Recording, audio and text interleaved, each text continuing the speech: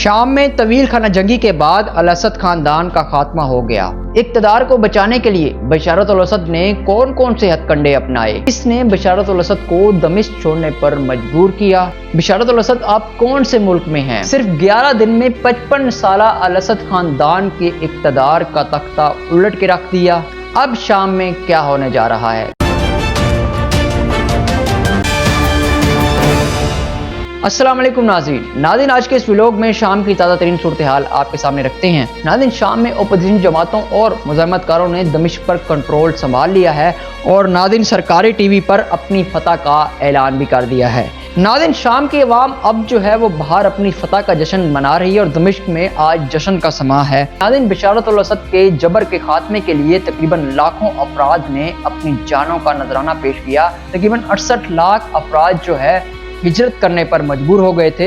ये जो बशारत अल-असद का जो दौर था, इसके दौर के दौरान तकरीबन 68 लाख लोग जो है वो हिजरत करने पर मजबूर हुए और नाज़रीन लाखों लोग यूरोप, तुर्की, इराक में जो है कैंपों में रहने पर मजबूर हो गए थे। नाज़रीन, मुज़ाहमतकार तहरीर शाम ने सिर्फ 11 दिन में बशारत अल-असद को फरार होने पर मजबूर कर दिया। नाज़रीन, अब बात करते हैं अल-असद खानदान ने 55 साल हुकूमत कैसे की और इनके पास हुकूमत कैसे आई। तो नाज़रीन, इसके बारे में कुछ डिटेल्स मेरे पास हैं। 1970 में हाफिज अल-असद जो कि बशारत अल-असद के वालिद हैं, ये शाम के वज़ीर दिफा हुआ करते थे।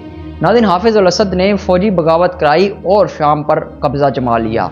नाज़रीन, इसके पास क्योंकि पावर थी, पैसा था और कुछ स्टेक्स की इसके पास सपोर्ट थी कि उस तब रशिया और ईरान भी इसकी सपोर्ट में था, तो इसने नाज़रीन बहुत जुल्म किया। कहा जाता है कि 1988 में इसने एक तहरीक इनके खिलाफ उठी थी जिसमें तकरीबन 10,000 से 40,000 लोगों का इसने कत्लेआम किया, जिसमें तकरीबन 40,000 लोग जो है वो हलाक हुए। नाज़रीन, हाफिज अल-असद जब तक जिंदा रहा उसने अपनी हुकूमत संभाली रखी और जब वो फौत हुआ तो उसके बाद बशारत अल-असद आया और इसने आके हुकूमत संभाली। नाज़रीन, अब सोचने की बात यह है, इतनी बड़ी हुकूमत, इतना बड़ा 55 साल का अल-असद खानदान का दौर इक़्तिदार रहा है, इतना बड़ा मुल्क, 11 दिन में सिर्फ हयात तहरीर के शाम के जो लोग हैं वो घुसे और उन्होंने फतह कर लिया सिर्फ 11 दिन में। नाज़रीन, अब जहाँ कुछ डाउट लगता है क्योंकि ईरान और रूस की अल-असद को सपोर्ट बिल्कुल हासिल थी, क्योंकि अभी तक एंड तक भी लास्ट तक भी जो कहा जाता रहा है कि उसको बशारत अल-असद को सपोर्ट मिलती रही है, हथियारों की हो, हर तरह से जो है। रशिया की फ़ौज भी यहाँ पर मौजूद थी,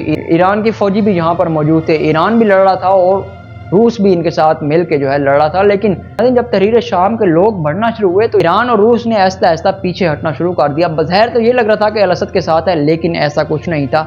बशार अल-असद जो है अब कहा जा रहा है कि ये फरार होकर रूस में, रशिया में अपनी फैमिली के साथ मौजूद हैं और रशिया का भी जो है वो स्टेटमेंट आया जिसमें रशिया ने एक मीडिया बयान में कहा है कि हमने इंसानी हमदर्दी के तौर पर बशारत अल-असद और उसकी फैमिली को अपने पास पनाह दी है।